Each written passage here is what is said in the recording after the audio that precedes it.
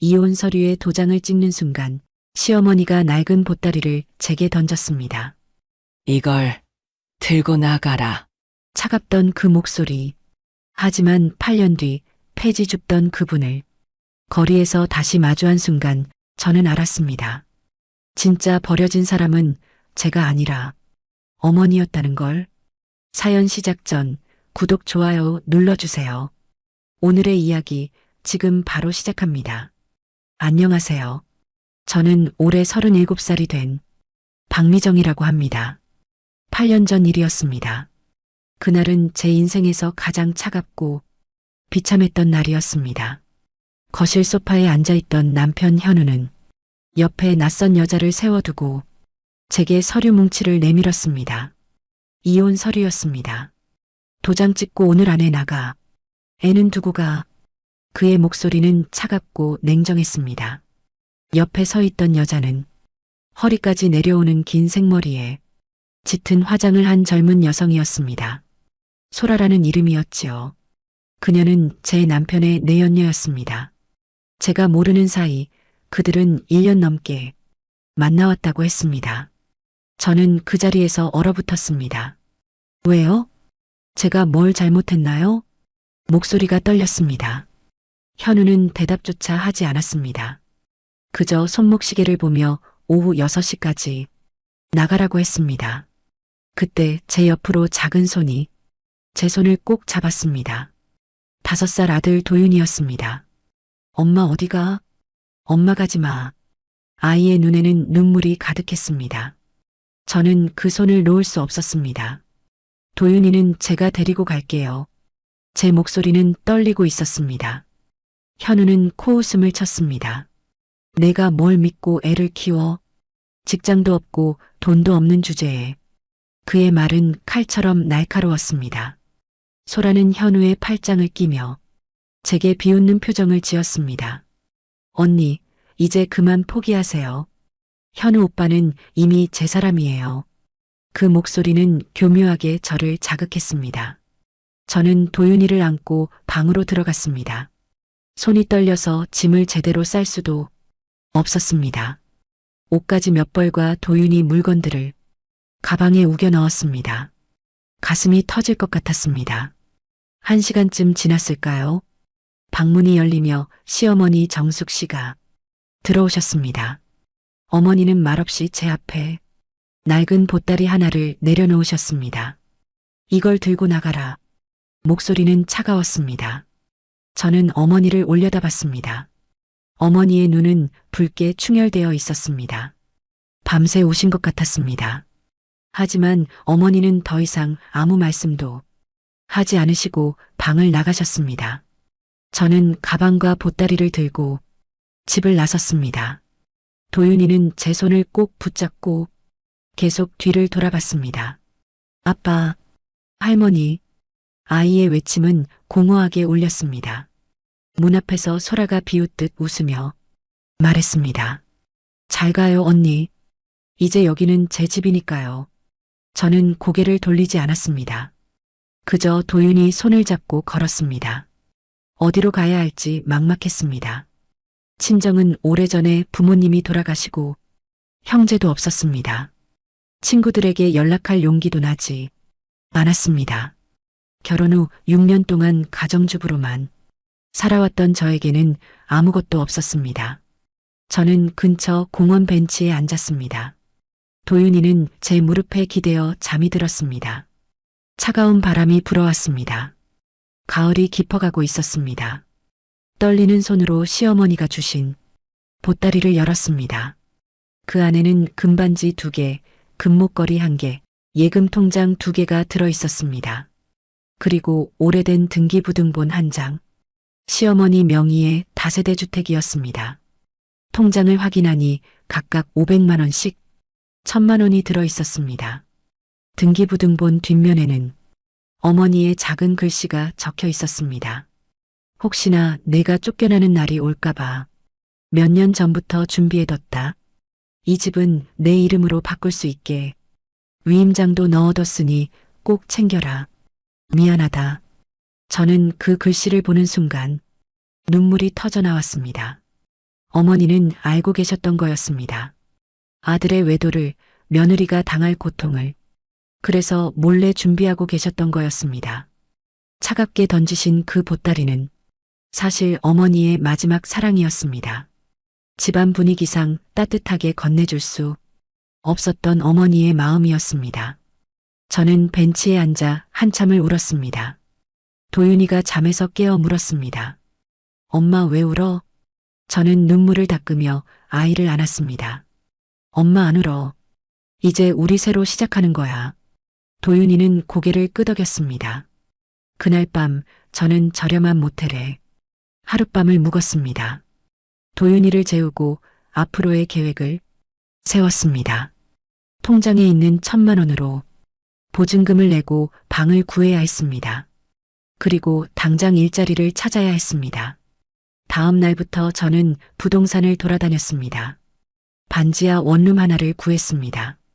보증금 500만 원에 월세 30만 원. 좁고 습했지만 도윤이와 함께 살 수 있는 공간이었습니다. 짐을 풀고 나서 저는 동네 곳곳에 붙어 있는 구인 광고를 봤습니다. 식당 보조, 편의점 아르바이트, 청소용역까지. 하지만 5살 아이를 데리고 있다고 하면 모두 난색을 표했습니다. 그렇게 사흘을 헤맸습니다. 도윤이는 배고프다고 보채지 않았지만 저는 아이에게 제대로 된 밥 한 끼 먹이지 못하는 게 너무 괴로웠습니다. 나흘째 되던 날 시장 골목을 지나다가 돼지국밥집 앞에 붙은 구인 광고를 봤습니다. 주방 보조 구함, 나이 성별 무관, 성실한 사람 우대. 저는 떨리는 마음으로 문을 열고 들어갔습니다. 주인 조사장님은 60대 중반쯤 되어 보이는 인자한 인상의 남자분이었습니다. 아이가 있는데 일할 수 있겠어요? 조사장님이 물으셨습니다. 저는 고개를 숙이고 대답했습니다. 아이는 어린이집에 보낼게요. 꼭 일하고 싶습니다. 조사장님은 잠시 저를 바라보시더니 내일부터 나오세요. 새벽 5시 출근입니다. 저는 감사하다는 인사를 몇 번이나 되풀이했습니다. 그날 밤 저는 도윤이를 안고 다짐했습니다. 엄마가 꼭 잘 살게 해줄게. 우리 꼭 행복하게 살자. 도윤이는 제 품에서 편안하게 잠들었습니다. 과연 저는 이 어려움을 극복하고 다시 일어설 수 있을까요? 다음 날 새벽 4시 반에 일어났습니다. 도윤이는 아직 깊은 잠에 빠져 있었습니다. 저는 조심스럽게 옷을 갈아입고 아이 이마에 입을 맞췄습니다. 엄마 금방 올게. 시장 골목은 아직 어두웠지만 여기저기 불이 켜지기 시작했습니다. 새벽 장사를 준비하는 상인들의 분주한 움직임이 보였습니다. 돼지국밥집 문을 열고 들어가니 조사장님이 이미 국물을 끓이고 계셨습니다. 왔어요? 일단 앞치마부터 두르세요. 저는 서둘러 준비를 했습니다. 설거지부터 시작하세요. 그릇이 많이 쌓여 있으니까. 조사장님의 지시는 간단했습니다. 저는 뜨거운 물에 손을 담그고 그릇을 닦기 시작했습니다. 손님들이 들어오기 시작한 건 6시쯤이었습니다. 국밥 하나요? 순대 추가요. 주문 소리가 끊이지 않았습니다. 저는 정신없이 그릇을 나르고 테이블을 닦았습니다. 손님들이 먹고 나간 자리를 치우고 새 손님을 맞이했습니다. 허리가 끊어질 것 같았지만 쉴 틈이 없었습니다. 아침 장사가 끝난 건 10시쯤이었습니다. 조사장님이 국밥 한 그릇을 내밀며 말씀하셨습니다. 먹어요. 일하려면 먹어야지. 저는 감사하다는 인사를 하고 허겁지겁 먹었습니다. 밥을 먹는 동안 조사장님이 물으셨습니다. 사정이 어떻게 된 거예요? 아이 엄마가 새벽부터 이런 일을 하게 되다니. 저는 잠시 망설이다가 솔직하게 말씀드렸습니다. 이혼했어요. 남편이 다른 여자를 만나서요. 아이 데리고 쫓겨났습니다. 목소리가 떨렸지만 참았습니다. 조사장님은 한숨을 쉬셨습니다. 요즘 세상이 어떻게 돌아가는지 모르겠어. 그래도 아이는 잘 키워야지. 엄마가 힘내야 아이도 잘 크는 거야. 저는 고개를 끄덕였습니다. 점심 장사 준비를 시작했습니다. 야채를 다듬고 고기를 손질했습니다. 조사장님은 제게 하나하나 가르쳐 주셨습니다. 국물 맛을 내는 법, 고기 삶는 법, 양념 배합하는 법까지 저는 모든 걸 노트에 적었습니다. 언젠가는 저도 이런 장사를 할 수 있을까? 그런 생각이 문득 들었습니다. 점심시간이 지나고 오후 2시쯤 잠깐의 휴식 시간이 생겼습니다. 저는 서둘러 도윤이에게 전화를 했습니다. 아이는 혼자 집에서 라면을 끓여 먹고 있었습니다. 엄마 언제 와? 도윤이의 목소리는 외로워 보였습니다. 조금만 기다려. 저녁에 맛있는 거 사갈게. 저는 목이 메었지만 밝게 말했습니다. 그날 저녁 9시가 되어서야 일이 끝났습니다. 조사장님은 봉투 하나를 건네셨습니다. 오늘 일당이에요. 5만 원. 내일도 나올 수 있지? 저는 감사하다며 고개를 숙였습니다. 집에 돌아가는 길에 슈퍼에 들렀습니다. 도윤이가 좋아하는 과자와 우유, 그리고 반찬 몇 가지를 샀습니다. 5만 원 중에서 15,000원을 썼습니다. 반지하 방문을 열자 도윤이가 달려왔습니다. 엄마, 아이는 제 품에 안겼습니다. 저는 아이를 꼭 안고 미안하다고 속삭였습니다. 그날 밤 도윤이를 재우고 저는 몸이 풀어졌습니다. 온몸이 쑤시고 아팠습니다. 손은 설거지로 거칠어져 있었고 발은 부어올라 있었습니다. 하지만 포기할 수 없었습니다. 이제 시작일 뿐이었습니다. 그렇게 한 달이 흘렀습니다. 저는 새벽 5시부터 밤 9시까지 하루 16시간을 일했습니다. 도윤이는 국밥집 한쪽 구석에 앉아서 혼자 그림을 그리거나 숙제를 했습니다. 조사장님은 도윤이에게 국밥을 챙겨주시며 말씀하셨습니다. 우리 도윤이 참 착하네. 엄마 힘들게 하지 않으려고 참는 거 다 알아. 아이는 수줍게 웃었습니다. 어느 날 저녁 장사를 마치고 정리하는데 조사장님이 부르셨습니다. 미정 씨, 잠깐 앉아봐요. 저는 긴장하며 앉았습니다. 한 달 동안 지켜봤는데 성실하고 일도 잘해요. 그래서 하나 제안하고 싶은데 조사장님의 얼굴은 진지했습니다. 앞으로 주방 일도 가르쳐 줄게요. 그릇만 닦을 게 아니라 제대로 된 기술을 배워야지. 언젠가 미정 씨도 장사를 할 수 있게. 저는 눈물이 날 것 같았습니다. 감사합니다, 사장님. 열심히 배우겠습니다. 저는 고개를 깊이 숙였습니다. 그날부터 저는 주방 일을 배우기 시작했습니다. 고기 손질하는 법, 국물간 맞추는 법, 손님 응대하는 법까지 조사장님은 하나하나 정성껏 가르쳐 주셨습니다. 석 달쯤 지났을 때였습니다. 저녁에 낯선 번호로 전화가 왔습니다. 여보세요? 제 목소리는 조심스러웠습니다. 미정이냐? 나 시어머니다.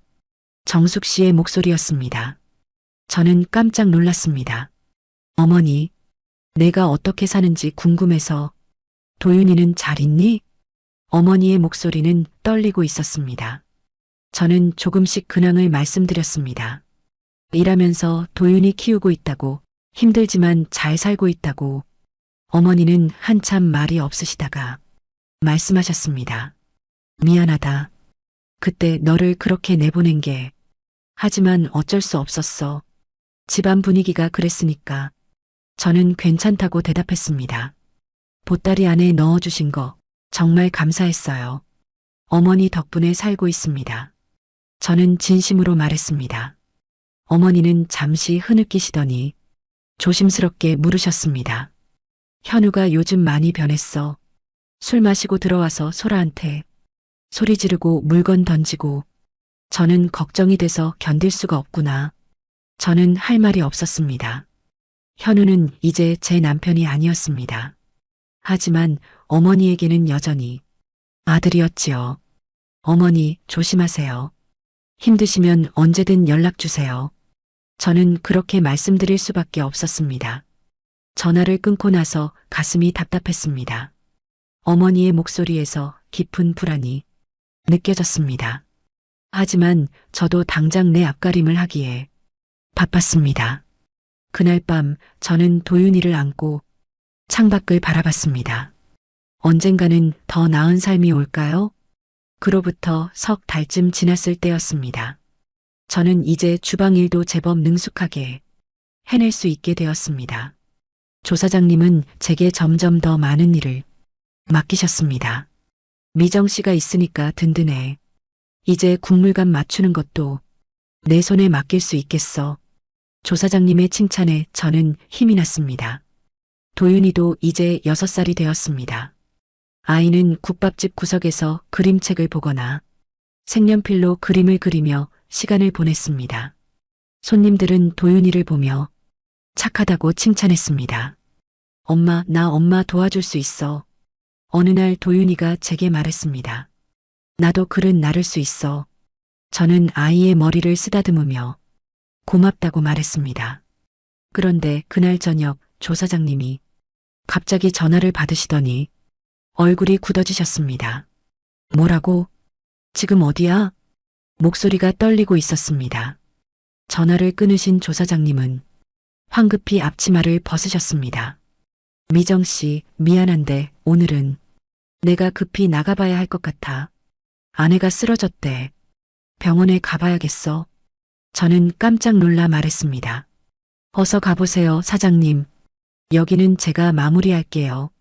조사장님은 고맙다는 말을 남기고 급히 나가셨습니다. 그날 밤 저는 혼자서 가게 문을 닫고 정리를 했습니다.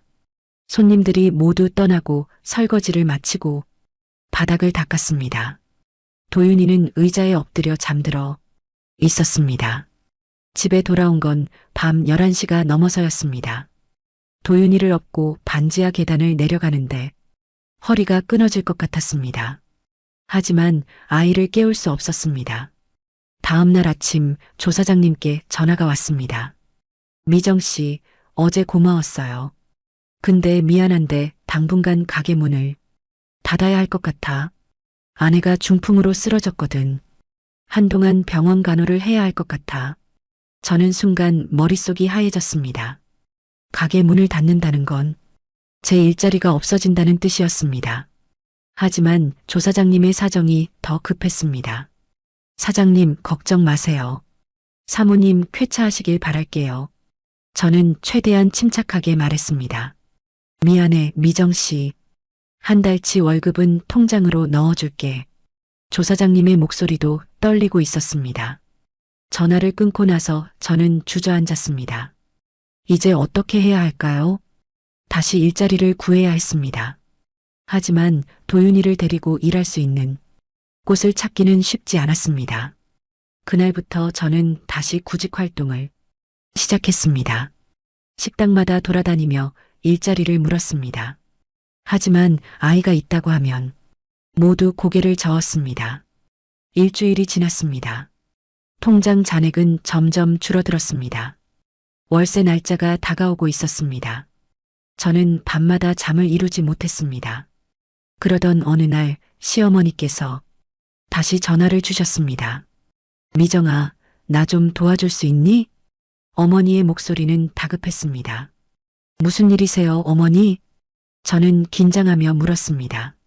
현우가 요즘 너무 이상해. 매일 술 마시고 들어와서 소라한테 손찌검까지 해. 회사도 제대로 안 나간대. 사업도 망해가는 것 같고. 어머니는 울먹이셨습니다. 저는 할 말을 찾지 못했습니다. 현우는 이제 남이었지만 어머니의 고통은 느껴졌습니다. 어머니, 제가 뭘 도와드릴 수 있을까요? 저는 조심스럽게 물었습니다. 그냥 내 목소리가 듣고 싶었어. 요즘 너무 힘들어서 집안이 엉망이 됐어. 소라는 명품백 사느라 돈을 물 쓰듯 하고 현우는 술독에 빠져서 정신을 못 차리고 어머니는 한숨을 쉬셨습니다. 저는 위로의 말밖에 할 수 없었습니다. 힘내세요, 어머니. 시간이 지나면 나아질 거예요. 하지만 제 말도 공허하게 들렸습니다. 미정아, 너는 잘 살고 있니? 도윤이는 건강하고? 어머니가 물으셨습니다.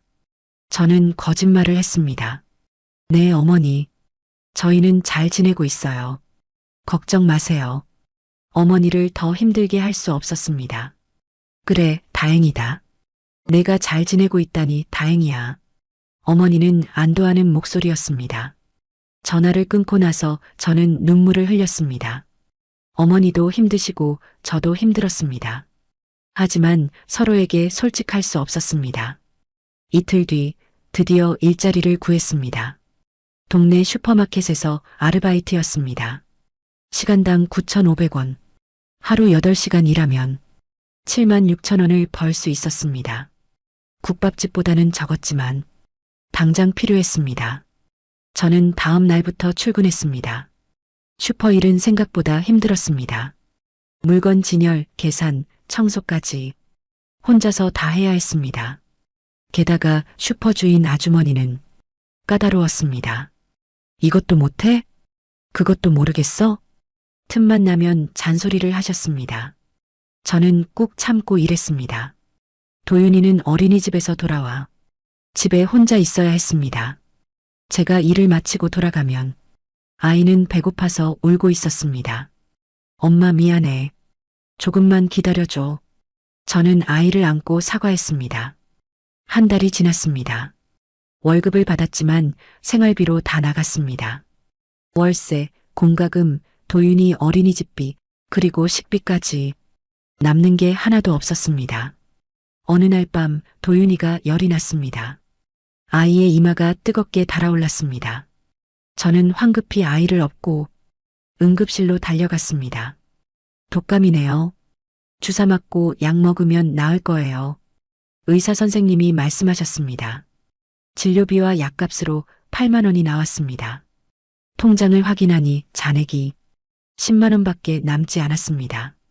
월세 날짜가 일주일 남았는데 어떻게 해야 할지 막막했습니다. 집에 돌아와 도윤이를 재우고 저는 시어머니가 주신 보따리를 다시 꺼냈습니다. 금반지 2개와 금목걸이. 이걸 팔아야 할까요? 손이 떨렸습니다. 이건 어머니가 저를 위해 남겨주신 마지막 재산이었습니다. 하지만 당장 월세를 내지 못하면 쫓겨날 수도 있었습니다. 다음 날 저는 금은방을 찾아갔습니다. 금반지 1개를 내밀었습니다. 이거 얼마 받을 수 있을까요? 주인 아저씨가 저울에 달아보시더니 말씀하셨습니다. 50만 원 드릴게요. 저는 고개를 끄덕였습니다. 50만 원으로 월세를 내고 식비를 사고 나니 10만 원 남았습니다. 저는 한숨을 쉬었습니다. 다음 달은 또 어떻게 해야 할까요? 그날 밤 도윤이가 물었습니다. 엄마, 우리 왜 이렇게 가난해? 다른 애들은 다 좋은 데 살던데. 아이의 순수한 질문에 가슴이 아팠습니다. 도윤아, 지금은 조금 힘들지만 엄마가 꼭 더 좋은 데 데려갈게. 조금만 참아줘. 저는 아이를 꼭 안았습니다. 엄마, 괜찮아. 나는 엄마랑 같이 있으면 행복해. 도윤이는 제 품에서 웃었습니다. 그 순간 저는 다짐했습니다. 반드시 이 상황을 극복하겠다고. 도윤이에게 더 나은 삶을 주겠다고. 하지만 현실은 녹록지 않았습니다. 슈퍼주인 아주머니는 점점 더 심하게 대했습니다. 월급도 자주 밀렸습니다. 3개월쯤 지났을 때 결국 참다 못해 그만두겠다고 했습니다. 그러자 아주머니는 화를 내며 마지막 월급도 주지 않았습니다. 내가 일을 제대로 못해서 손해봤어. 이거로 퉁치자. 아주머니는 냉정하게 말했습니다. 저는 억울했지만 싸울 힘도 없었습니다. 그냥 가게를 나왔습니다. 다시 백수가 되었습니다. 통장에는 5만 원밖에 남지 않았습니다. 금반지 1개와 금목걸이만 남았습니다. 저는 공원 벤치에 앉아 하늘을 바라봤습니다. 언제쯤 이 터널 끝이 보일까요? 과연 저는 이 절망에서 벗어날 수 있을까요? 다시 일자리를 찾아 헤매는 날들이 시작되었습니다. 하루 종일 구인 광고를 보고 전화를 걸었지만 번번이 거절당했습니다. 아이가 있다는 말만 하면 분위기가 싸늘해졌습니다. 통장 잔액은 점점 바닥을 드러냈습니다. 저는 하루에 한 끼만 먹고 도윤이에게 두 끼를 챙겨줬습니다. 아이는 엄마도 먹으라고 했지만 저는 배 안 고프다고 거짓말했습니다. 어느 날 저녁 도윤이가 열을 체크하려고 체온계를 찾는데 없었습니다. 약도 떨어졌습니다. 병원에 갈 돈도 없었습니다. 저는 결국 남은 금반지 한 개를 팔러 갔습니다. 금은방 주인은 40만 원을 주었습니다. 이제 금목걸이 하나만 남았습니다. 그날 밤 저는 시어머니가 써주신 메모를 다시 꺼내 읽었습니다. 혹시나 내가 쫓겨나는 날이 올까봐 몇 년 전부터 준비해뒀다. 눈물이 흘러내렸습니다. 어머니, 죄송해요. 어머니가 주신 것들을 다 써버렸어요. 저는 혼자 중얼거렸습니다. 이틀 뒤 시어머니께서 또 전화를 주셨습니다. 미정아, 나 좀 만날 수 있을까?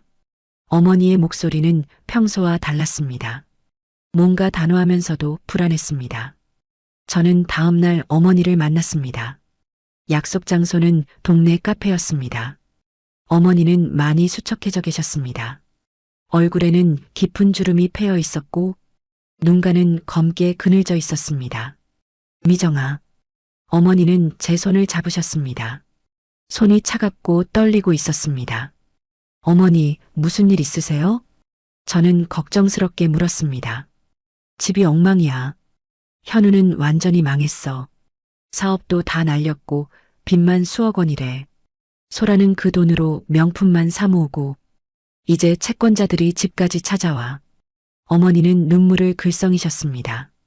저는 어머니의 손을 꼭 잡았습니다. 할 수 있는 게 그것밖에 없었습니다. 근데 말이야. 어머니는 잠시 말을 멈추셨습니다. 소라가 자꾸 내 집 이야기를 해. 내 명의로 바꾸라고 했던 그 집 말이야. 등골이 오싹했습니다. 소라가 그 집을 노리고 있어. 현우 빚 갚는다고 팔자고 하더라고. 근데 그건 내 거잖아. 내가 너한테 준 거니까. 어머니는 초조해 보이셨습니다. 저는 깜짝 놀랐습니다. 그 집은 아직 제 명의로 바꾸지 못했습니다. 당장 먹고 살기도 바빠서 서류 절차를 미뤄뒀던 거였습니다. 어머니, 제가 빨리 명예 이전할게요. 서류 가지고 있잖아요. 저는 다급하게 말했습니다. 그래, 빨리 해. 소라가 그 서류를 찾고 있더라고. 내 방까지 뒤지고 다녀. 어머니는 불안해하셨습니다. 그날 헤어지고 집에 돌아와 저는 보따리를 다시 확인했습니다. 등기부등본과 위임장이 있었습니다. 내일 당장 구청에 가야겠다고 생각했습니다. 하지만 그날 밤 도윤이가 다시 고열에 시달렸습니다. 아이의 얼굴이 새빨개지고 헛소리까지 했습니다. 저는 응급실로 또 달려갔습니다. 폐렴 초기 증세예요. 입원이 필요합니다. 의사 선생님의 말에 머리가 하얘졌습니다. 입원비는 얼마나 나올까요? 저는 떨리는 목소리로 물었습니다. 일주일 정도면 200만 원쯤 나올 거예요. 간호사가 말했습니다. 저는 그 자리에 주저앉을 뻔했습니다. 200만 원. 통장에는 40만 원밖에 없었습니다. 결국 저는 금목걸이를 팔았습니다. 60만 원을 받았습니다. 그리고 시어머니가 주신 그 집, 등기부등본을 들고 대부업체를 찾아갔습니다. 이 집 담보로 얼마까지 빌릴 수 있나요? 저는 떨리는 손으로 서류를 내밀었습니다. 대부업체 직원은 서류를 보더니 말했습니다. 1,000만 원까지 가능합니다. 이자는 월 3%고요. 저는 고민했습니다. 하지만 도윤이를 살려야 했습니다. 1,000만 원을 빌렸습니다. 그날부터 일주일 동안 저는 병원에서 도윤이를 간호했습니다. 아이는 링거를 맞으며 힘들게 버텼습니다. 엄마 아파.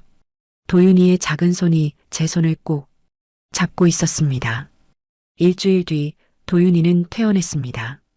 입원비와 약값으로 180만 원이 나갔습니다. 남은 돈은 820만 원. 하지만 다음 달부터 이자 30만 원씩 갚아야 했습니다. 저는 다시 일자리를 찾았습니다. 이번엔 야간 편의점 알바를 구했습니다. 밤 10시부터 아침 6시까지. 시급은 10,000원. 한 달에 150만 원쯤 벌 수 있었습니다. 하지만 밤에 일하면 도윤이를 혼자 두어야 했습니다. 6살 아이를 혼자 집에 두고 나가는 게 너무 불안했습니다. 도윤아, 엄마 잠깐 나갔다 올게. 문 절대 열지 마. 저는 아이에게 신신당부했습니다. 응, 엄마. 조심히 다녀와. 도윤이는 겁에 질린 얼굴로 고개를 끄덕였습니다. 한밤중에 편의점에서 일하는 건 생각보다 힘들었습니다. 술 취한 손님들이 트집을 잡고 시비를 걸기도 했습니다. 저는 참고 또 참았습니다. 새벽 4시쯤 도윤이에게서 전화가 왔습니다. 엄마, 무서워. 밖에서 이상한 소리나. 아이의 목소리는 울먹이고 있었습니다. 도윤아, 괜찮아. 엄마 곧 갈게. 조금만 참아. 저는 전화기를 붙잡고 아이를 달랬습니다. 그날 집에 돌아가니 도윤이는 이불 속에서 떨고 있었습니다. 저는 아이를 꼭 안고 울었습니다. 미안해, 도윤아. 엄마가 정말 미안해. 그렇게 2달이 지났습니다. 몸은 망가져갔습니다. 밤에 일하고 낮에 잠을 자야 하는데 도윤이 때문에 제대로 잘 수 없었습니다. 하루 서너 시간 자는 게 전부였습니다.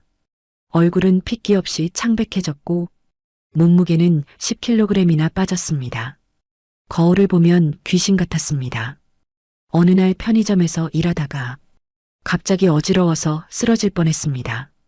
겨우 정신을 차리고 벽에 기대 앉았습니다. 이러다 정말 죽겠구나.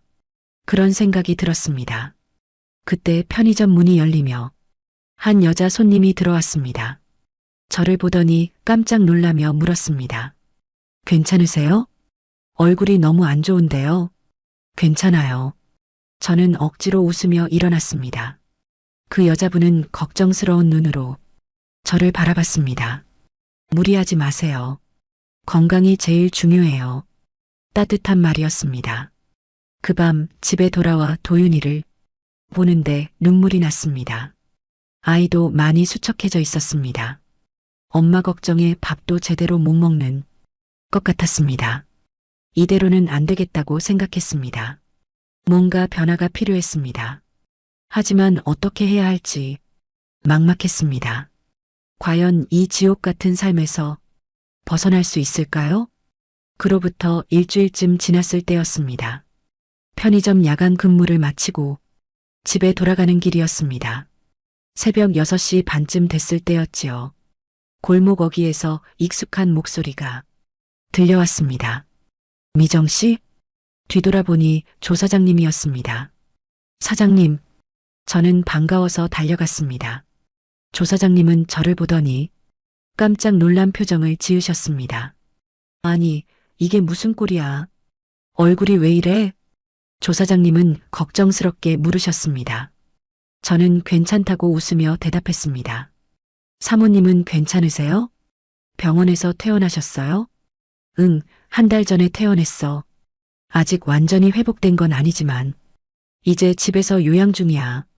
조 사장님이 말씀하셨습니다. 다행이네요. 저는 진심으로 말했습니다. 그런데 미정 씨 요즘 뭐하고 지내? 조 사장님이 물으셨습니다. 저는 잠시 망설이다가 솔직하게 말씀드렸습니다. 편의점에서 야간 알바하고 있어요.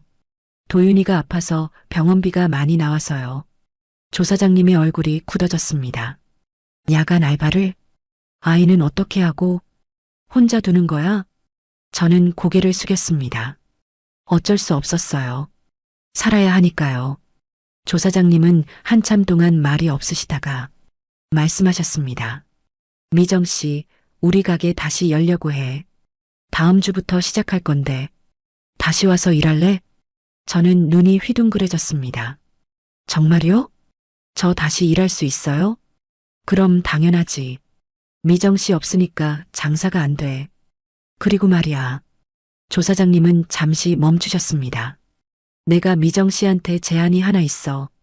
가게 일을 배운 지 1년이 넘었잖아. 이제 기술도 다 익혔고. 그러니까 동업을 해보면 어떨까? 동업이요? 저는 어리둥절했습니다. 응, 내가 자본금 대고 미정 씨가 운영을 맡는 거야. 수익은 반반씩 나누고 나는 나이도 있고 아내 간호도 해야 해서 직접 가게를 못 보거든. 조 사장님이 설명하셨습니다. 저는 믿을 수 없었습니다. 사장님, 그런데 제가 잘할 수 있을까요? 저는 떨리는 목소리로 물었습니다. 할 수 있어. 미정 씨는 성실하고 손님 응대도 잘해. 내가 1년 넘게 지켜봤잖아. 조 사장님은 확신에 찬 목소리였습니다.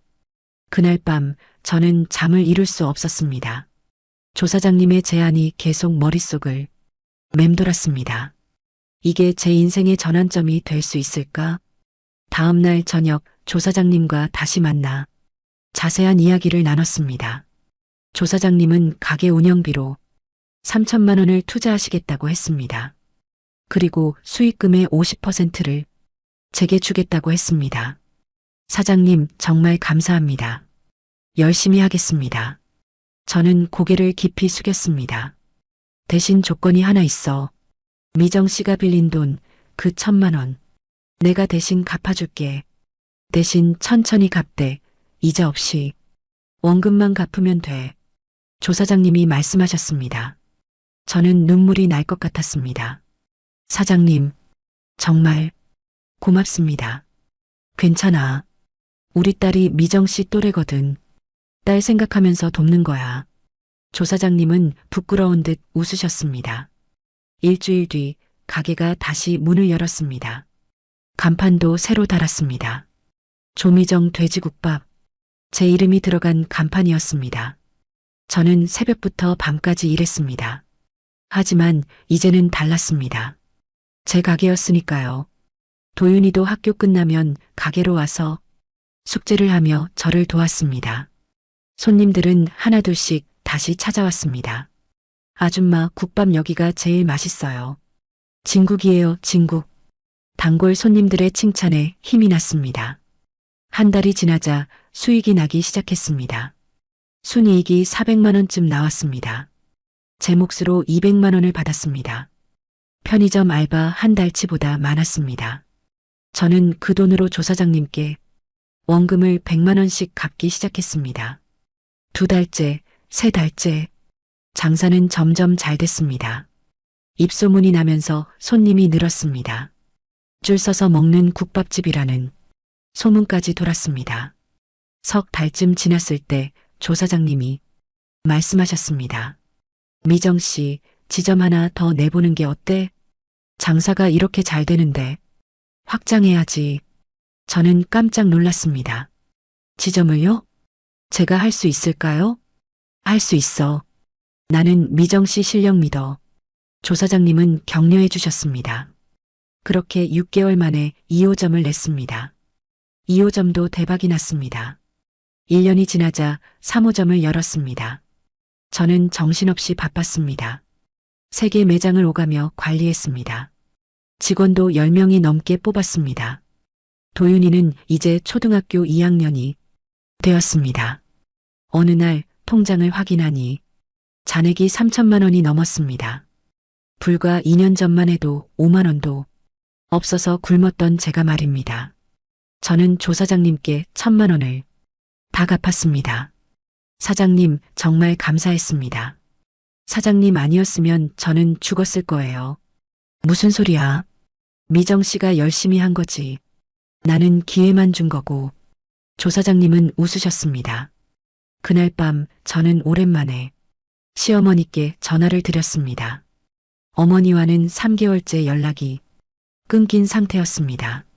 전화는 계속 연결되지 않았습니다. 불안한 마음이 들었습니다. 다음 날 저는 예전 집 근처로 가봤습니다. 집 앞에는 법원 경매 공고가 붙어 있었습니다. 대문은 잠겨 있었고 인기척이 없었습니다. 옆집 아주머니께 여쭤봤습니다. 저기 사시던 분들 어디 가셨는지 아세요? 아, 거기 몇 달 전에 완전히 망했어. 빚쟁이들이 들끓더니 어느 날 갑자기 다 사라졌어. 아주머니가 말씀하셨습니다. 저는 가슴이 철렁했습니다. 시어머니는 어디로 가신 걸까요? 혹시 할머니는 어떻게 되셨는지 아세요? 저는 다급하게 물었습니다. 할머니? 쫓겨난 것 같던데. 며느리가 완전히 악질이더라고. 경찰도 몇 번 왔었어. 아주머니는 혀를 찼습니다. 저는 그 자리에서 얼어붙었습니다. 어머니가 쫓겨나셨다고요? 과연 어머니는 지금 어디에 계신 걸까요?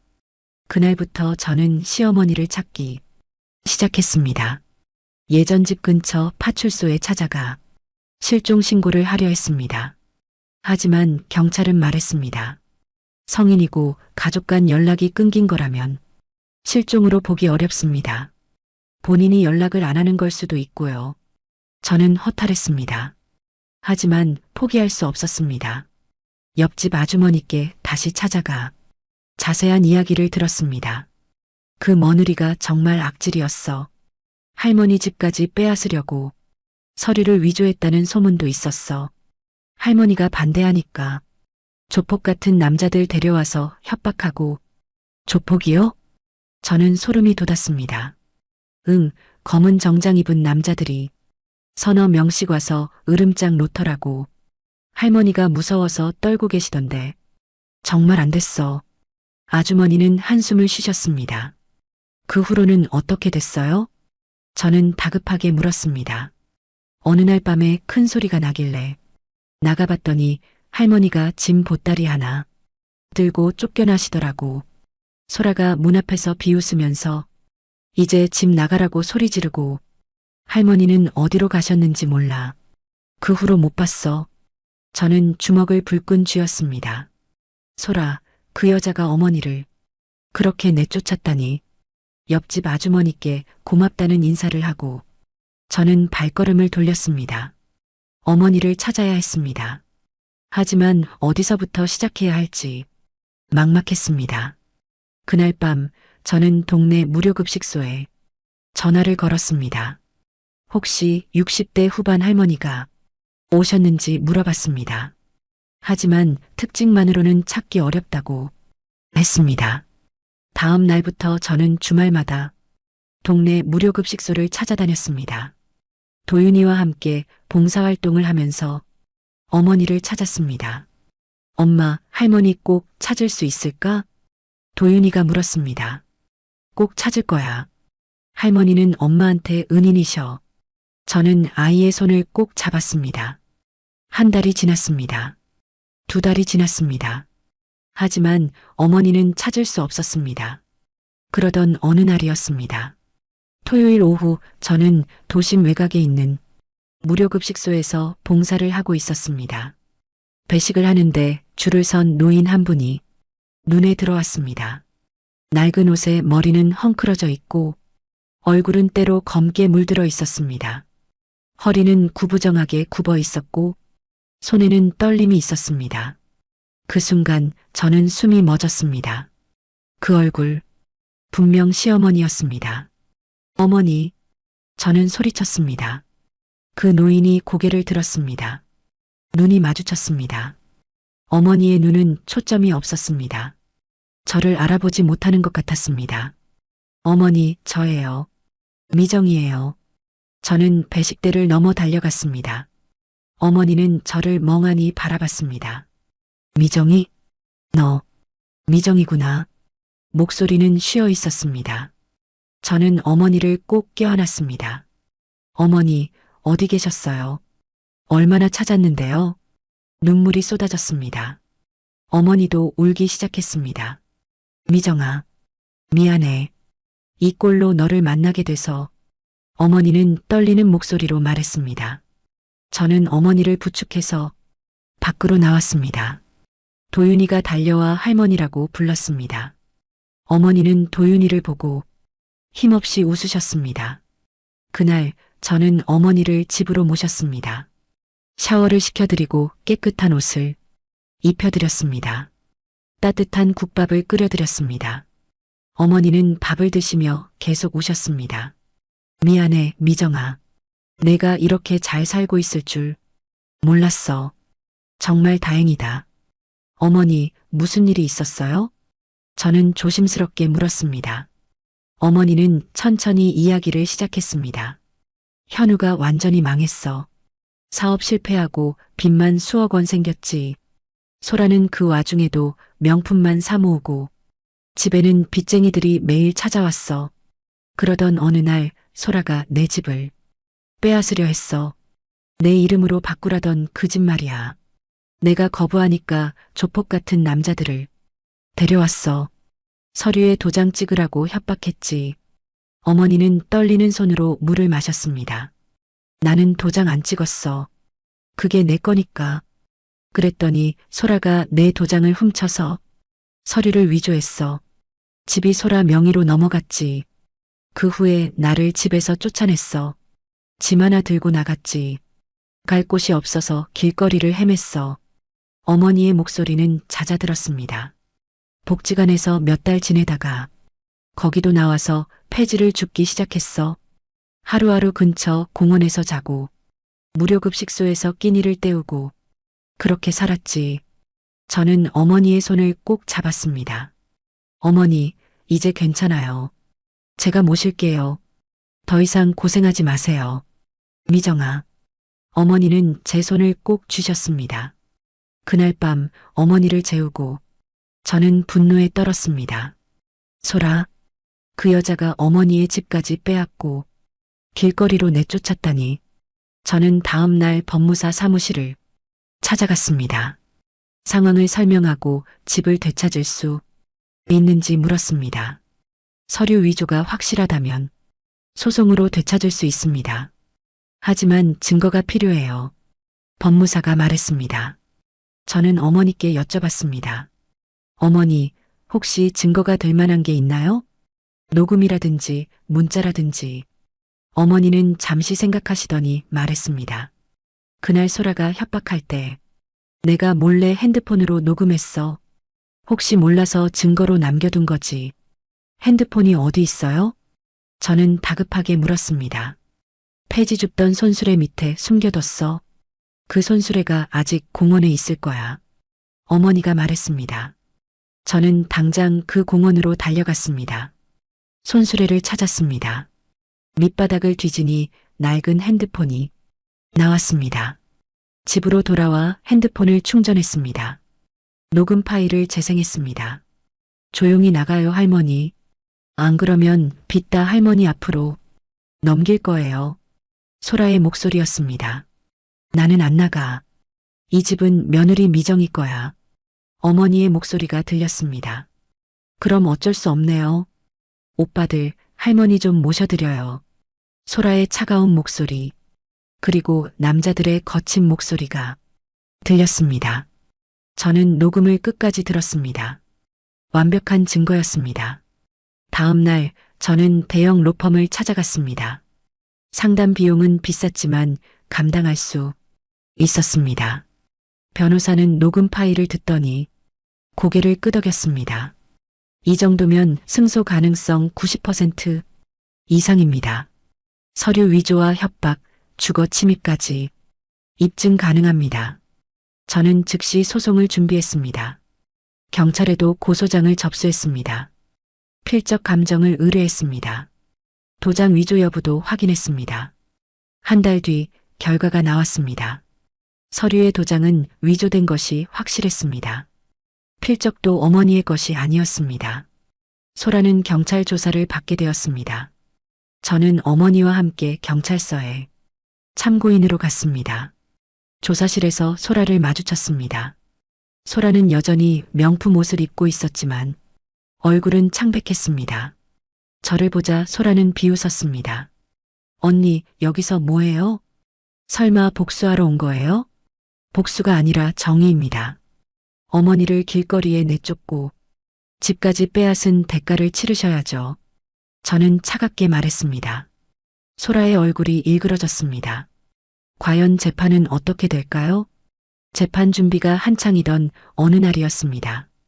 변호사 사무실에서 연락이 왔습니다. 상대 측에서 합의를 제안했다고 했습니다.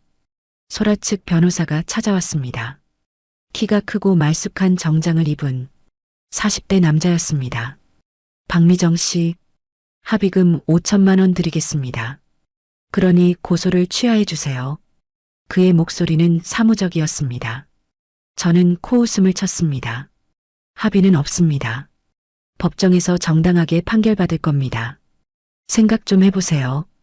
재판은 시간도 오래 걸리고 스트레스도 심합니다. 그는 설득하려 했습니다. 괜찮습니다. 저는 끝까지 갈 겁니다. 제 대답은 단호했습니다. 변호사가 나가고 나서 제 변호사가 말했습니다. 잘 결정하셨어요. 이 사건은 반드시 이깁니다. 그리고 형사처벌까지 받게 할 겁니다. 일주일 뒤 첫 재판이 열렸습니다. 법정에는 소라와 그녀의 변호사 그리고 증인으로 나온 조폭 남자 한 명이 앉아 있었습니다. 저는 어머니와 함께 앉았습니다. 어머니는 떨리는 손으로 제 손을 꼭 잡으셨습니다. 미정아, 괜찮을까? 어머니는 불안해하셨습니다. 괜찮아요, 어머니. 우리가 이길 겁니다. 저는 어머니를 안심시켰습니다. 재판이 시작되었습니다. 검사가 녹음 파일을 증거로 제출했습니다. 법정에 소라의 목소리가 울려 퍼졌습니다. 조용히 나가요, 할머니. 안 그러면 빚다 할머니 앞으로 넘길 거예요. 방청석에서 웅성거리는 소리가 들렸습니다. 판사는 녹음을 끝까지 들었습니다. 소라 측 변호사가 반박했습니다. 녹음은 편집되었을 가능성이 있습니다. 전후 맥락을 알 수 없습니다. 하지만 검사는 필적 감정 결과와 도장 위조 증거를 추가로 제출했습니다. 명확한 물증이었습니다. 소라의 얼굴은 점점 창백해졌습니다. 그녀는 변호사에게 뭔가 속삭였습니다. 재판이 끝나고 나오는데 소라가 저를 막아섰습니다. 언니, 제발 이러지 마요. 저도 사정이 있었어요. 사정이요? 어머니를 길거리에 내쫓은 게 사정이었나요? 저는 차갑게 물었습니다. 현우 오빠가 빚 때문에 미쳐가고 있었어요. 저도 어쩔 수 없었다고요. 소라는 변명했습니다. 그래서 남의 집을 빼앗아요? 서류를 위조하고 노인을 협박해요? 저는 목소리를 높였습니다. 소라는 입술을 깨물었습니다. 알았어요. 끝까지 가보자고요. 그녀는 도끼 어린 눈으로 저를 노려봤습니다. 이틀 뒤 소라 측에서 반격이 시작됐습니다. 언론에 이상한 기사가 나기 시작했습니다. 전 며느리, 시어머니 재산 노려, 무고 소송, 제목부터 자극적이었습니다. 기사 내용은 왜곡되어 있었습니다. 제가 어머니를 버리고 나갔다가 돈을 벌자 다시 나타나 재산을 노린다는 식이었습니다. 저는 분노했습니다. 변호사에게 연락했습니다. 이거 명예훼손으로 고소할 수 있나요? 할 수 있습니다. 하지만 지금은 본 재판에 집중하는 게 좋겠습니다. 언론 플레이는 곧 잠잠해질 겁니다. 변호사가 조언했습니다. 하지만 기사는 계속 나왔습니다. 가게 손님들 중 몇몇이 수군거리기 시작했습니다. 사장님이 그런 사람이었어? 시어머니한테 그런 짓을 했다니. 저는 억울했습니다. 하지만 해명할 방법이 없었습니다. 그러던 어느 날 단골 손님 한 분이 말씀하셨습니다. 사장님, 저는 사장님 믿어요. 몇 년 동안 봤는데 그런 분 아니잖아요. 기사 같은 거 신경 쓰지 마세요. 감사합니다. 저는 눈물이 날 뻔했습니다. 조 사장님도 위로해 주셨습니다. 미정 씨, 힘내요. 진실은 반드시 밝혀지니까. 내가 증인으로 나가서 미정 씨가 얼마나 성실한 사람인지 증언할게. 두 번째 재판 날이 다가왔습니다. 그날 아침 이상한 일이 생겼습니다. 가게 앞에 빨간 페인트가 뿌려져 있었습니다. 유리창에는 돈 밝히는 년이라고 적혀 있었습니다. 저는 즉시 경찰에 신고했습니다. CCTV를 확인하니 새벽에 남자 2명이 다녀간 게 보였습니다. 얼굴은 마스크로 가려져 있었습니다. 소라 측에서 고용한 게 분명했습니다. 저는 이 증거도 재판에 제출했습니다. 두 번째 재판이 시작됐습니다. 이번에는 증인 신문이 있었습니다. 옆집 아주머니가 증인으로 나왔습니다. 그날 밤 분명히 봤어요. 소라가 할머니를 밀어내며 집에서 나가라고 소리쳤어요. 할머니는 보따리 하나 들고 쫓겨나셨죠. 아주머니는 또박또박 증언했습니다. 조사장님도 증인석에 섰습니다. 박미정 씨는 제가 아는 사람 중에 가장 성실하고 착한 사람입니다. 1년 넘게 함께 일하면서 단 한 번도 거짓말하거나 남을 속인 적 없었습니다. 조사장님의 증언은 힘이 있었습니다. 소라 측 변호사는 반박하려 했지만 증거와 증언은 명확했습니다. 재판이 끝나고 나오는데 또 소라가 나타났습니다. 이번에는 달랐습니다. 무릎을 꿇었습니다. 언니, 제발 용서해 주세요. 제가 잘못했어요. 고소만 취하해 주세요. 그녀는 눈물을 흘렸습니다. 하지만 저는 고개를 저었습니다. 이미 늦었어요. 당신이 어머니께 한 짓은 용서받을 수 없습니다.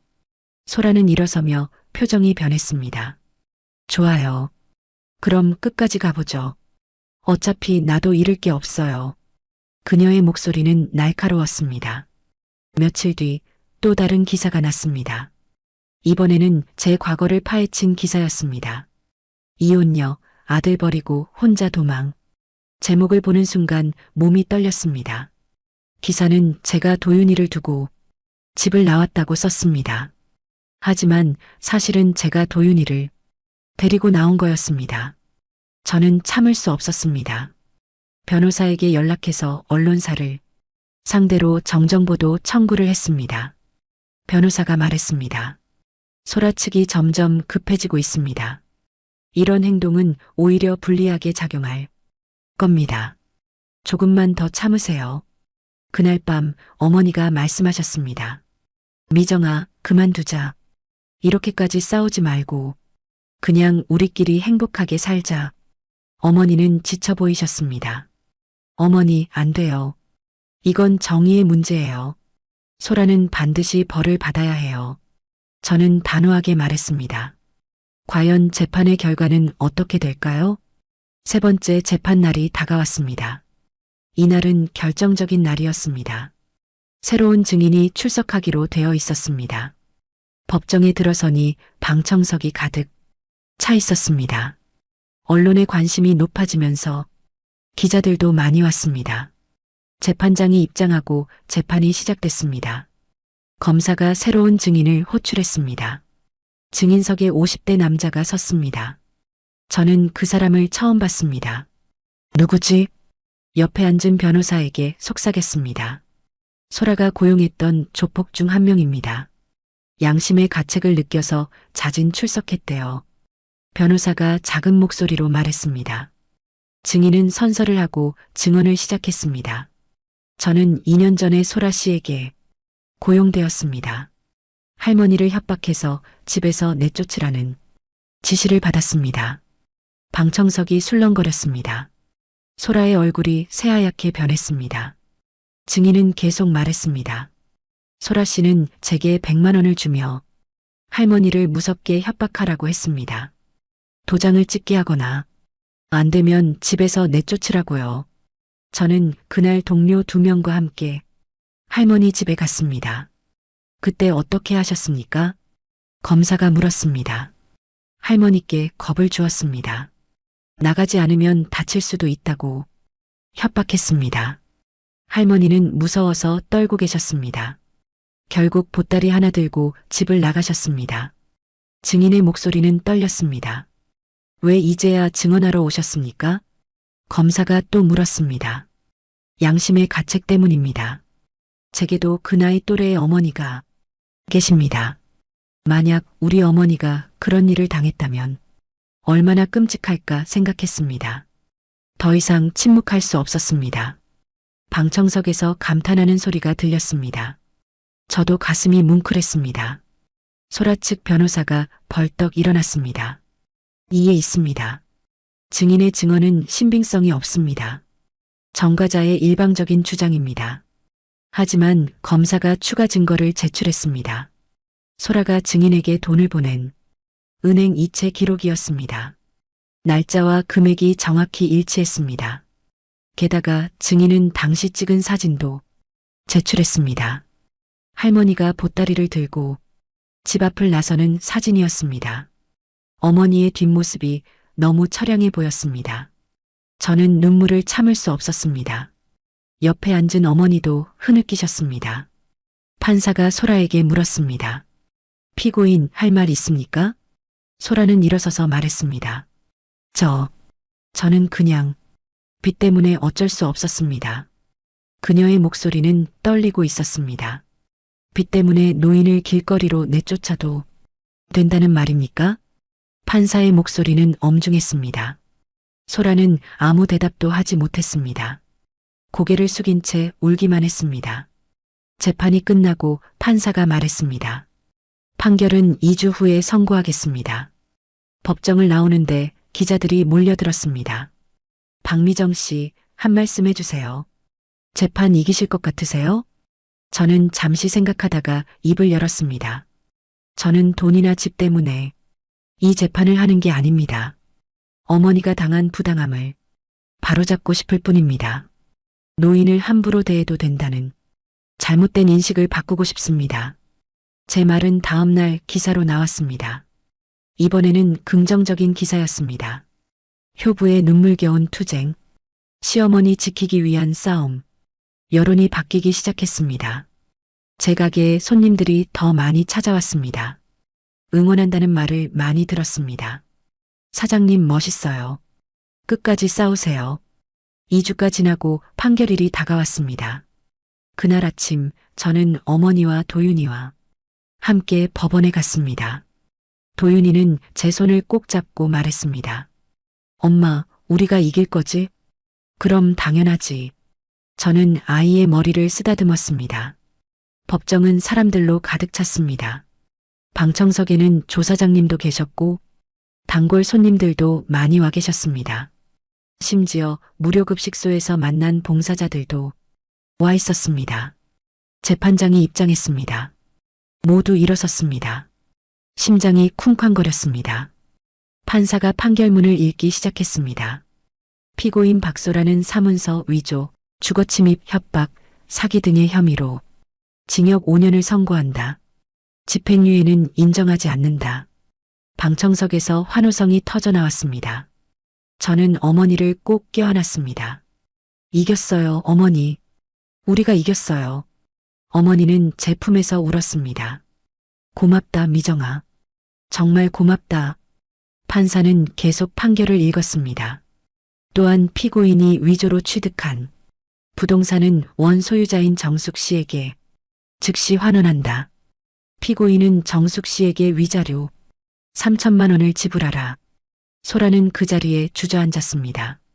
변호사가 부축했지만 그녀는 일어서지 못했습니다. 법정을 나오니 기자들이 또 몰려들었습니다.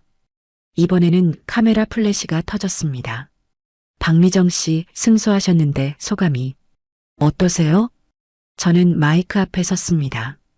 정의는 늦을지라도 반드시 온다는 걸 믿었습니다. 오늘 그 믿음이 증명됐습니다. 저와 같은 상황에 처한 분들에게 희망을 드리고 싶습니다. 포기하지 마세요. 끝까지 싸우세요. 박수 소리가 터져나왔습니다. 저는 어머니와 도윤이의 손을 잡고 법원을 나왔습니다. 그날 저녁 가게에서 작은 축하 모임을 가졌습니다. 조사장님이 샴페인을 터뜨렸습니다. 미정 씨, 정말 수고했어요. 대단해요. 감사합니다, 사장님. 사장님 없었으면 저는 여기까지 오지 못했을 거예요. 저는 진심으로 말했습니다. 단골 손님들도 축하해 주셨습니다. 사장님 국밥만 맛있는 게 아니라 사람도 멋있네요. 앞으로 더 자주 올게요. 그날 밤 집에 돌아와 어머니와 도윤이와 함께 둘러앉았습니다. 작은 상을 차려놓고 저녁을 먹었습니다. 미정아, 내가 내 딸이어서 정말 자랑스럽다. 어머니가 말씀하셨습니다. 어머니, 제가 더 감사해요. 어머니가 그때 보따리를 챙겨주지 않으셨다면 저는 살아남지 못했을 거예요. 저는 어머니의 손을 잡았습니다. 도윤이가 끼어들었습니다. 엄마는 슈퍼맨보다 멋있어. 할머니도 슈퍼우먼이고 우리는 모두 웃었습니다. 그 웃음은 진심으로 행복한 웃음이었습니다. 며칠 뒤 어머니의 집 등기가 어머니 명의로 돌아왔습니다. 그 집은 재개발 지역에 있어서 보상금이 나올 예정이었습니다. 약 2억 원 정도였습니다. 어머니는 그 보상금의 절반을 제게 주시려 했습니다. 미정아, 내가 받아라. 내 덕분에 되찾은 거니까. 저는 고개를 저었습니다. 어머니, 안 돼요. 그건 어머니 거예요. 저는 이미 충분히 받았어요. 어머니가 살아계신 것만으로도 감사해요. 그럼 도윤이 교육비로 써라. 어머니는 고집을 부리셨습니다. 결국 저는 1억 원을 받았습니다. 그 돈으로 도윤이 교육자금을 마련하고 가게 확장 자금으로도 사용했습니다. 한 달 뒤 소라는 교도소로 갔습니다. 뉴스에서 그 장면을 봤습니다. 수갑을 찬 채 고개를 숙이고 호송차에 오르는 모습이었습니다. 저는 복잡한 감정이 들었습니다. 미움도 있었지만 동시에 안타까움도 있었습니다. 탐욕이 한 사람을 어떻게 무너뜨리는지 똑똑히 봤으니까요. 도윤이가 물었습니다. 엄마, 소라 아줌마 불쌍하지 않아? 불쌍하긴 하지. 하지만 잘못한 건 벌을 받아야 해. 그래야 다시는 그런 짓을 하지 않으니까. 저는 아이를 보며 말했습니다. 이제 진짜 새로운 시작이었습니다. 과연 우리의 앞날은 어떻게 될까요? 재판이 끝나고 석 달쯤 지났습니다. 저는 가게를 4, 5점까지 확장했습니다. 조미정 돼지국밥은 이제 지역에서 유명한 브랜드가 되었습니다. 어머니는 제가 마련해드린 작은 아파트에서 편안히 지내셨습니다. 매일 가게에 들러 손님들과 이야기를 나누시며 활기를 되찾으셨습니다. 도윤이는 초등학교 3학년이 되었습니다. 아이는 밝고 건강하게 자랐습니다. 반에서 공부도 잘하고 친구들도 많았습니다. 어느 날 오후였습니다. 가게에서 일하고 있는데 낯선 번호로 전화가 왔습니다. 여보세요? 제 목소리는 조심스러웠습니다. 미정 씨, 저예요. 목소리가 들려왔습니다. 익숙한 목소리였습니다. 소라였습니다. 저는 잠시 말문이 막혔습니다. 무슨 일이세요? 제 목소리는 차가웠습니다. 면회 한 번만 와주실 수 있을까요? 할 말이 있어요. 소라의 목소리는 많이 변해 있었습니다. 예전의 거만함은 사라지고 초라하게 들렸습니다. 저는 고민했습니다. 가야 할 이유가 없었습니다. 하지만 궁금하기도 했습니다. 알겠어요. 이번 주말에 갈게요. 저는 그렇게 대답했습니다. 주말, 저는 교도소를 찾아갔습니다. 어머니께는 말씀드리지 않았습니다. 혼자서 가는 게 나을 것 같았습니다. 면회실에 들어서자 소라가 앉아 있었습니다. 유리창 너머로 본 그녀는 완전히 다른 사람이었습니다. 화려했던 긴 머리는 짧게 잘려 있었고 얼굴에는 화장기가 전혀 없었습니다. 핏기 없는 얼굴에 눈가는 푹 꺼져 있었습니다. 소라는 저를 보더니 고개를 숙였습니다. 도와줘서 고마워요. 그녀의 목소리는 떨렸습니다. 무슨 할 말이 있어서 부른 거예요? 저는 냉정하게 물었습니다. 사과하고 싶었어요. 정말 미안해요. 제가 너무 큰 잘못을 저질렀어요. 소라는 눈물을 흘렸습니다. 저는 아무 말도 하지 않고 그녀를 바라봤습니다. 처음엔 그냥 돈 때문이었어요. 현우 오빠 빚이 너무 많았고 저도 무서웠어요. 하지만 그게 점점 커져서 탐욕이 된 거예요. 소라는 말을 이었습니다.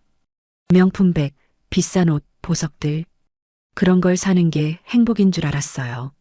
더 갖고 싶었어요. 할머니 집도 그래서 빼앗으려 했던 거예요. 정말 미쳤었어요. 소라는 얼굴을 손으로 가렸습니다. 여기 들어와서 생각해봤어요. 제가 얼마나 추악한 인간이었는지, 할머니를 그렇게 대한 게 얼마나 끔찍한 짓이었는지. 저는 여전히 말이 없었습니다. 언니, 용서해달라는 건 아니에요. 제가 한 짓은 용서받을 수 없다는 거 알아요. 그냥 진심으로 사과하고 싶었어요. 소라는 제 눈을 똑바로 봤습니다. 저는 한참 동안 그녀를 바라봤습니다. 그리고 천천히 입을 열었습니다. 당신이 후회한다니 다행이네요. 하지만 어머니가 길거리에서 폐지를 주우며 지낸 그 시간들은 돌아오지 않아요. 소라는 고개를 끄덕였습니다. 당신이 진짜 뉘우친다면 남은 형기 동안 반성하세요. 그리고 나중에 나가서는 다시는 그런 짓 하지 마세요. 저는 일어섰습니다. 언니, 정말 미안해요. 소라의 목소리가 뒤에서 들렸습니다. 저는 뒤돌아보지 않고 면회실을 나왔습니다. 가슴 한쪽이 답답했지만 후련하기도 했습니다. 교도소를 나오는데 한 여자가 저를 불렀습니다. 혹시 박미정 씨 맞으세요? 저는 고개를 끄덕였습니다. 그 여자는 40대쯤 되어 보였습니다. 저는 소라 언니예요. 박지연이라고 합니다. 여자가 자기소개를 했습니다. 저는 놀랐습니다. 소라에게 언니가 있는 줄 몰랐습니다. 동생 면회 오셨어요? 지연 씨가 물었습니다. 네, 잠깐 다녀가는 길이에요. 저는 대답했습니다. 시간 괜찮으시면 잠깐 커피 한 잔 할까요? 할 말이 있어서요. 지연 씨가 제안했습니다. 저는 근처 카페에서 지연 씨와 마주 앉았습니다. 지연 씨는 한숨을 쉬며 말을 시작했습니다. 동생이 정말 큰 잘못을 저질렀어요. 가족으로서 정말 죄송해요. 지연 씨는 고개를 숙였습니다. 괜찮아요. 이미 끝난 일이에요. 저는 손을 저었습니다. 사실 동생은 어릴 때부터 그랬어요. 남들보다 더 갖고 싶어 하고 남들보다 더 잘 보이고 싶어 했죠. 부모님이 일찍 돌아가셔서 제가 키웠는데 제가 너무 버릇없이 키운 것 같아요. 지연 씨는 눈시울을 붉혔습니다. 동생한테 명품을 사주고 비싼 걸 입히는 게 사랑인 줄 알았어요. 그게 동생을 망친 거예요. 탐욕만 키워준 거죠. 지연 씨는 가방에서 봉투 하나를 꺼냈습니다. 이거 받아주세요. 많지는 않지만 1,000만 원 있어요. 동생이 끼친 피해에 비하면 터무니없이 적지만 제 마음이에요. 저는 고개를 저었습니다. 아니에요. 이미 법으로 다 해결됐어요. 괜찮습니다. 제발 받아주세요. 그래야 제 마음이라도 편해요. 지연 씨는 간곡하게 말했습니다. 저는 잠시 고민하다가 말했습니다. 그럼 이 돈은 제가 하는 무료급식 사업에 기부하겠습니다. 어려운 어르신들을 위해 쓰이도록요. 지연 씨는 고개를 끄덕였습니다. 감사합니다. 그게 더 좋은 것 같아요. 헤어지며 지연 씨가 말했습니다. 동생이 출소하면 제가 데려가서 바른 길로 이끌겠습니다. 다시는 그런 일 없도록 제가 책임지겠습니다. 저는 고개를 끄덕이고 헤어졌습니다. 집에 돌아와 어머니께 오늘 일을 말씀드렸습니다. 어머니는 한참 생각하시더니 말씀하셨습니다. 소라도 불쌍한 아이야. 탐욕에 눈이 멀어서 인생을 망쳤으니까 우리는 그러지 말자. 우리가 가진 것에 감사하며 살자. 네, 어머니. 저는 어머니의 손을 꼭 잡았습니다. 한 달쯤 지나서 뉴스에서 현우 이야기를 들었습니다. 전 남편 현우는 소라가 수감된 후 완전히 무너졌다고 했습니다. 술에 빠져 지내다가 강경화로 병원에 입원했다고 했습니다. 혼자 남은 그는 친구도 가족도 모두 떠나갔다고 했습니다. 저는 복잡한 마음이었습니다. 한때는 사랑했던 사람이었으니까요. 하지만 동정심은 들지 않았습니다. 그도 자신이 뿌린 씨앗을 거둔 것뿐이었습니다. 2달 뒤 현우가 세상을 떠났다는 소식을 들었습니다. 장례식장에는 사람이 거의 없었다고 했습니다. 화려했던 과거와는 너무나 대조적인 마지막이었습니다. 저는 장례식에 가지 않았습니다. 어머니도 가시지 않았습니다. 다만 조의금만 보냈습니다. 마지막 예의였습니다. 도윤이가 물었습니다. 엄마 아빠 돌아가셨어? 아이는 아빠를 거의 기억하지 못했습니다. 응, 그래. 저는 담담하게 대답했습니다. 아빠 보고 싶지 않아? 도윤이가 또 물었습니다.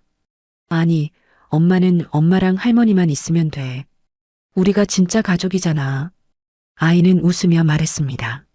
저는 아이를 꼭 안았습니다. 그래, 우리가 진짜 가족이지. 그날 밤 저는 창밖을 바라보며 생각했습니다. 탐욕은 결국 자신을 파괴한다는 것을. 소라는 감옥에 갇혔고 현우는 세상을 떠났습니다. 반면 저희는 작은 것에 감사하며 살았고 행복을 찾았습니다. 진짜 중요한 건 돈이 아니라 사랑하는 사람들과 함께하는 것이었습니다. 어머니가 방에서 나오시며 말씀하셨습니다. 미정아, 자지 말고 뭐해? 내일도 일찍 일어나야 하는데. 금방 잘게요, 어머니. 저는 웃으며 대답했습니다. 우리 미정이 정말 대견해. 어머니는 제 머리를 쓰다듬으셨습니다. 어머니 덕분이에요. 어머니가 그때 보따리를 챙겨주지 않으셨다면 저는 여기까지 오지 못했을 거예요. 그건 내가 포기하지 않고 열심히 살았기 때문이야. 내가 자랑스럽다. 어머니는 눈물을 글썽이셨습니다. 저도 눈물이 났습니다. 하지만 이번에는 슬픔의 눈물이 아니었습니다. 감사와 행복의 눈물이었습니다. 과연 우리의 미래는 어떻게 될까요? 그로부터 5년이 흘렀습니다. 조미정 돼지국밥은 이제 전국에 30개 지점을 둔 큰 체인이 되었습니다. 저는 42살이 되었고 도윤이는 중학교 2학년이 되었습니다. 어느 날 아침이었습니다. 본점 사무실에서 직원 회의를 하고 있었습니다. 사장님, 이번 분기 매출이 전년 대비 40% 증가했습니다. 경영팀장이 보고했습니다. 다들 수고 많으셨어요. 하지만 우리는 돈만 버는 회사가 아니라는 걸 잊지 마세요. 저는 직원들을 바라보며 말했습니다. 회의가 끝나고 조 사장님이 사무실로 들어오셨습니다. 이제 72살이 되신 조 사장님은 여전히 정정하셨습니다. 미정 씨, 오늘 좋은 소식이 있어. 조 사장님은 신문을 펼쳐 보이셨습니다. 신문에는 제 이야기가 실려 있었습니다. 맨손으로 일어선 여성 기업인 미정 돼지국밥 박미정 대표. 기사 제목이었습니다. 기사는 제가 이혼 후 폐지를 주우시던 시어머니를 다시 만나 법정 투쟁 끝에 정의를 되찾고 사업으로 성공한 이야기를 담고 있었습니다. 그리고 가장 중요한 부분은 제가 매년 수익의 10%를 독거노인 무료급식 사업에 기부한다는 내용이었습니다. 사장님, 이런 기사가 나올 줄 몰랐어요. 저는 부끄러워하며 말했습니다. 좋은 일인데 뭐. 미정 씨는 정말 대단해. 조 사장님은 웃으셨습니다. 그날 오후 집에 돌아가니 어머니가 그 신문을 보고 계셨습니다. 어머니는 이제 75살이 되셨지만 여전히 건강하셨습니다. 미정아, 이 기사 봤니?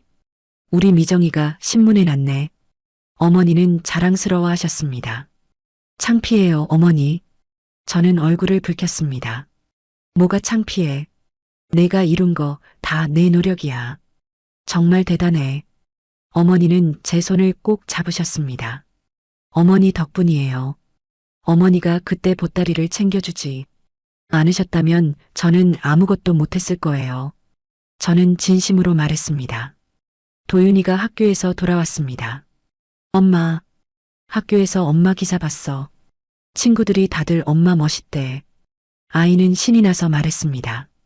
그래, 엄마가 자랑스럽니? 저는 아이를 안으며 물었습니다. 응, 엄마는 내 영웅이야. 도윤이는 환하게 웃었습니다. 그날 저녁, 우리 셋은 함께 저녁을 먹었습니다. 오래전에 어머니를 모시고 산 작은 아파트는 이제 더 넓은 집으로 바뀌었습니다. 식사 중에 어머니가 말씀하셨습니다. 미정아, 내가 하려던 그 재단, 이야기 어떻게 됐니? 아, 조미정 복지재단이요. 다음 달에 정식으로 설립해요. 독거노인 무료급식이랑 저소득층, 아동 장학사업을 할 거예요. 저는 대답했습니다. 좋은 일이다. 내가 받은 도움을 다시 나누는 거니까. 어머니는 흐뭇해 하셨습니다. 한 달 뒤 재단 설립 기념식이 열렸습니다. 많은 사람들이 참석했습니다. 조사장님, 단골 손님들, 직원들, 그리고 언론사 기자들까지. 저는 단상에 올라 인사말을 했습니다. 여러분, 오늘 이 자리에 와주셔서 감사합니다. 저는 8년 전 이혼 후 반지하 방에서 아이와 단둘이 시작했습니다. 그때 시어머니께서 보따리 하나를 주셨습니다. 그 보따리 안에는 금부치와 통장, 그리고 집 등기가 있었습니다. 그게 제 인생을 바꿨습니다. 저는 많은 분들의 도움을 받았습니다. 조사장님은 저에게 일자리와 기술을 주셨고 동업 기회까지 주셨습니다. 단골 손님들은 응원해 주셨고 직원들은 함께 땀 흘려 주셨습니다. 이제 제가 받은 도움을 다시 나눌 차례입니다. 이 재단을 통해 저와 같은 어려움을 겪는 분들을 돕겠습니다. 독거노인들께 따뜻한 식사를 대접하고 어려운 아이들에게 공부할 기회를 주겠습니다. 박수 소리가 터져 나왔습니다. 저는 눈물을 참으며 인사했습니다. 행사가 끝나고 조사장님이 다가오셨습니다. 미정 씨, 정말 멋진 연설이었어. 나도 감동받았어. 감사합니다, 사장님. 사장님 없었으면 저는 여기 없었을 거예요. 저는 깊이 고개를 숙였습니다. 아니야, 미정 씨가 해낸 거야. 나는 그냥 기회만 준 거고. 조사장님은 제 어깨를 두드리셨습니다. 그날 밤 집으로 돌아가는 차 안에서 어머니가 말씀하셨습니다. 미정아, 정말 자랑스럽다. 내가 이렇게 큰 사람이 될 줄 몰랐어. 어머니, 저도 몰랐어요. 제가 이렇게 될 줄은. 저는 웃으며 대답했습니다. 고생 많았지?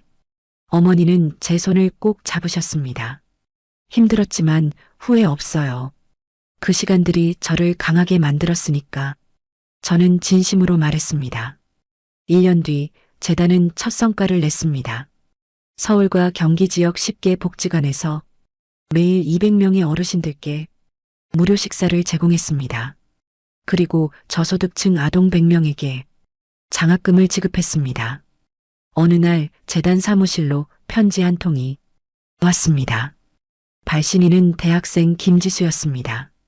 편지를 펼쳐보니 이렇게 적혀 있었습니다.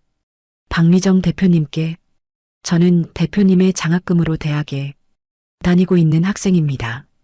어머니 혼자 저를 키우시느라 고생이 많으셨는데 장학금 덕분에 공부를 계속할 수 있게 되었습니다. 정말 감사합니다. 저도 나중에 대표님처럼 남을 돕는 사람이 되겠습니다. 저는 편지를 읽으며 눈물을 흘렸습니다. 이게 제가 하는 일의 의미구나. 이런 아이들에게 희망을 주는 거구나. 그날 저녁 어머니와 도윤이에게 편지를 보여드렸습니다. 어머니는 편지를 읽으시며 우셨습니다. 미정아, 정말 잘하고 있구나. 내가 진짜 훌륭한 사람이야. 도윤이도 편지를 읽더니 말했습니다. 엄마, 나도 나중에 엄마처럼 남 돕는 일 할래. 저는 아이를 꼭 안았습니다. 그래, 도윤아. 우리 함께 좋은 일 하자. 이제 우리는 진짜 행복했습니다. 돈도 있고 집도 있고 사업도 잘 됐지만 그것보다 더 중요한 게 있었습니다. 서로를 아끼는 마음, 감사하는 마음, 나누는 마음. 어머니는 말씀하셨습니다. 미정아, 너는 내 진짜 딸이다. 피는 안 섞였지만 마음은 섞였어. 내가 있어서 내 인생이 행복해. 저도 같은 마음이에요, 어머니. 어머니가 계셔서 제가 여기까지 왔어요. 어머니는 제 생명의 은인이세요. 우리는 셋이서 꼭 껴안았습니다. 피보다 진한 가족. 우리는 그런 가족이었습니다. 창밖으로 따뜻한 봄 햇살이 들어왔습니다. 새로운 계절이 시작되고 있었습니다. 우리의 새로운 삶도 계속되고 있었습니다. 끝까지 시청해 주셔서 감사합니다. 좋아요 버튼으로 마음을 표현해 주세요. 그리고 구독과 알림 설정까지 해주시면 앞으로도 더 감동적이고 재미있는 이야기로 찾아뵙겠습니다. 감사합니다.